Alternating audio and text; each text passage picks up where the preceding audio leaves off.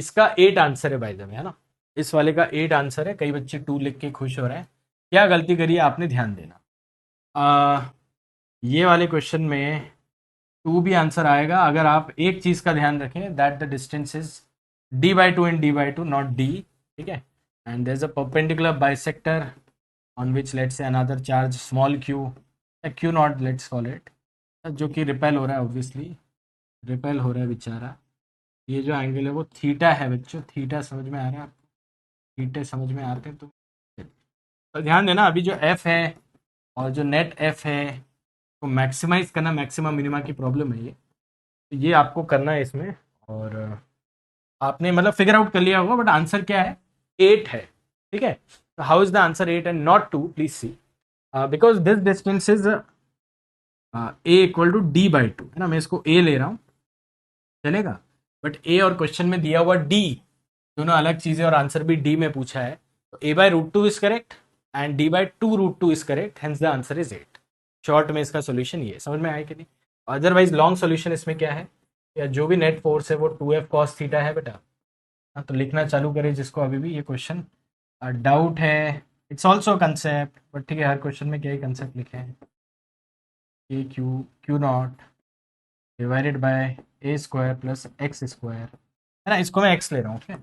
Y axis पे variable distance पे वही x निकालना है आपको। और cos theta is base upon hypotenuse. यहाँ तक आई थिंक किसी को कोई डाउट होगा नहीं, है ना। मतलब यहाँ तक तो अपन ने सिंपल 2f cos थीटा लगाया है। अब चीज़ें आपको यहाँ पे ध्यान रखनी है। What are the variable, what is the constant, है ना। तो √a² प्लस x² एंड ये 3/2 पावर बना देता है, तो अपन f डैश बोल देते हैं ना। और f dash to be maximum df'/dx should be 0। समझ रहे हो?